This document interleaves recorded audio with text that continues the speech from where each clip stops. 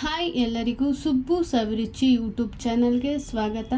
ಇವತ್ತಿನ ವಿಡಿಯೋದಲ್ಲಿ ಯಾರಿಗೆಲ್ಲ ನಾನ್ ವೆಜ್ ಅಂದರೆ ತುಂಬಾ ಇಷ್ಟನೋ ಅಂಥವರಿಗೋಸ್ಕರ ಒಂದೊಳ್ಳೆ ರೆಸಿಪಿನ ತೋರಿಸ್ತಾ ಇದ್ದೀನಿ.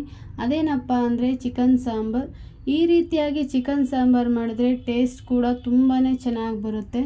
ಫಸ್ಟಿಗೆ ಈ ಸಾಂಬಾರು ಮಾಡೋದು ಹೇಗೆ ಅಂತ ನೋಡೋದಾದರೆ, ಒಲೆ ಮೇಲೆ ಕುಕ್ಕರ್ ಇಟ್ಟು ಕುಕ್ಕರಿಗೆ ಒಂದು 4 ಸ್ಪೂನಷ್ಟು ಎಣ್ಣೆ ಹಾಕೋಬೇಕು. ಎಣ್ಣೆ ಚೆನ್ನಾಗಿ ಕಾದ ನಂತರ ಇದಕ್ಕೆ ಒಂದು ಸಣ್ಣದಾಗಿ ಹೆಚ್ಚಿಟ್ಕೊಂಡಿರುವಂಥ ಈರುಳ್ಳಿ ಮತ್ತು ಒಂದು ಜಜ್ಜಿರೋ ಅಂಥ ಬೆಳ್ಳುಳ್ಳಿ ಹಾಕಿ ಚೆನ್ನಾಗಿ ಎಣ್ಣೆಯಲ್ಲಿ ಫ್ರೈ ಮಾಡ್ಕೋಬೇಕು. ಆ ಹಸಿ ಸ್ಮೆಲ್ಲೆಲ್ಲ ಹೋಗೋವರೆಗೂ ಎಣ್ಣೆಯಲ್ಲಿ ಚೆನ್ನಾಗಿ ಫ್ರೈ ಮಾಡ್ಕೋಬೇಕು. ಈರುಳ್ಳಿ ಬೆಳ್ಳುಳ್ಳಿ ಚೆನ್ನಾಗಿ ಫ್ರೈ ಆದಮೇಲೆ ಅದಕ್ಕೆ ಚಿಕನ್ ಹಾಕೋಬೇಕು. ನಾನಿಲ್ಲಿ 1 kg ಫಾರಂ ಕೋಳಿನ ತಗೊಂಡಿದ್ದೀನಿ. ಚಿಕನ್ ಹಾಕಿ ಆದಮೇಲೆ ಸ್ವಲ್ಪ ಉಪ್ಪು ಹಾಕಿ ಒಂದು ಚಿಟಿಕೆಯಷ್ಟು ಅರಿಶಿಣದ ಪುಡಿ ಹಾಕಿ ಎಣ್ಣೆಯಲ್ಲಿನೇ ಒಂದು 2 ನಿಮಿಷ ಚೆನ್ನಾಗಿ ಫ್ರೈ ಮಾಡ್ಕೋಬೇಕು.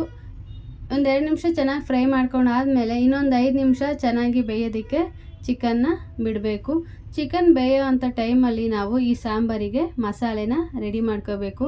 ಮಸಾಲೆಗೆ 1 ಕಪ್ಪಷ್ಟು ತೆಂಗಿನಕಾಯಿ ತುರಿ, ಒಂದು 3 ಸ್ಪೂನಷ್ಟು ಹುರ್ಗಡ್ಲೆ, ಒಂದು ಸಣ್ಣದಾಗಿರೋ ಈರುಳ್ಳಿ, ಒಂದು ಬೆಳ್ಳುಳ್ಳಿ, ಒಂದು ಸ್ವಲ್ಪ ಶುಂಠಿ, ಒಂದು ಅರ್ಧ ಟೊಮೆಟೊ, 2 ಚಕ್ಕೆ, 2 ಲವಂಗ, ಸ್ವಲ್ಪ ಕೊತ್ತಂಬರಿ ಸೊಪ್ಪು ಮತ್ತು ಪುದೀನ ಇಷ್ಟನ್ನು ಹಾಕಿ ಒಂದು ಅರ್ಧ ಗ್ಲಾಸ್ ನೀರು ಹಾಕಿ ಸಣ್ಣದಾಗಿ ಮಸಾಲೆನ ರುಬ್ಬಿ ರೆಡಿ ಮಾಡಿಟ್ಕೋಬೇಕು. ಮಸಾಲೆ ರೆಡಿ ಮಾಡ್ಕೊಳ್ಳೋ ಅಷ್ಟೊತ್ತಿಗೆ ಚಿಕನ್ ಕೂಡ ನೀರು ಬಿಟ್ಟಿರುತ್ತೆ. ಆ ಚಿಕನ್ ಮತ್ತೆ ಒಂದು 2 ನಿಮಿಷ ಬೇಯಿಸಿದ್ರೆ ಆ ನೀರೆಲ್ಲ ಸೀದೋಗುತ್ತೆ. ಅದಾದಮೇಲೆ ನಾವು ಇದಕ್ಕೆ ಮಸಾಲೆನ ಹಾಕೋಬೇಕಾಗುತ್ತೆ. ಈ ರೀತಿ ಆದಮೇಲೆ ನಾನು ಇದಕ್ಕೆ 4 ಸ್ಪೂನಷ್ಟು ಸಾಂಬಾರು ಪುಡಿನ ಹಾಕೋತಾ ಇದ್ದೀನಿ. 1 kg ಚಿಕನ್ನಿಗೆ 4 ಸ್ಪೂನ್ ಸಾಂಬಾರು ಪುಡಿ ಹಾಕ್ಕೊಂಡ್ರೆ ಸಾಕಾಗುತ್ತೆ.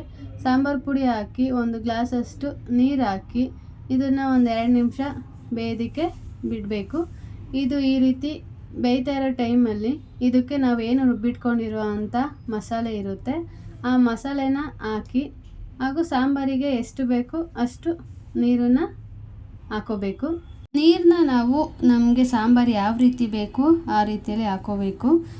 ಚಪಾತಿಗೆ, ದೋಸೆಗೆ, ಪೂರಿಗೆಲ್ಲ ಆದರೆ ಸಾಂಬಾರು ಸ್ವಲ್ಪ ಗಟ್ಟಿಗಿದ್ರೇ ಚೆನ್ನಾಗಿರುತ್ತೆ. ಅದೇ ಮುದ್ದೆಗೆ, ರೈಸಿಗಾದರೆ ಈ ರೀತಿ ತೆಳುವಾಗಿದ್ರೇ ಚೆನ್ನಾಗಿರುತ್ತೆ. ನಾನಿಲ್ಲಿ ಮುದ್ದೆಗೆ ಈ ಸಾಂಬಾರು ಮಾಡ್ಕೊಂಡಿರೋದು. ಲಾಸ್ಟಲ್ಲಿ ಸ್ವಲ್ಪ ಉಪ್ಪು ಹಾಕಿ ಕುಕ್ಕರ್ ಕ್ಯಾಪ್ ಕ್ಲೋಸ್ ಮಾಡಿ ಒಂದು 3 ವಿಷಲ್ ಕೂಗಿಸ್ಕೊಂಡ್ರೆ ಸಾಕಾಗುತ್ತೆ. ಇದು ಫಾರಂ ಕೋಳಿ ಆಗಿರೋದ್ರಿಂದ ಸ್ವಲ್ಪ ಗಟ್ಟಿ ಇರುತ್ತೆ. ಸೊ 3 ವಿಷಲ್ ಹಾಕ್ಸ್ಕೊಂಡ್ರೆ ಸಾಕು. ಚಿಕನ್ ಚೆನ್ನಾಗಿ ಬೆಂದಿರುತ್ತೆ.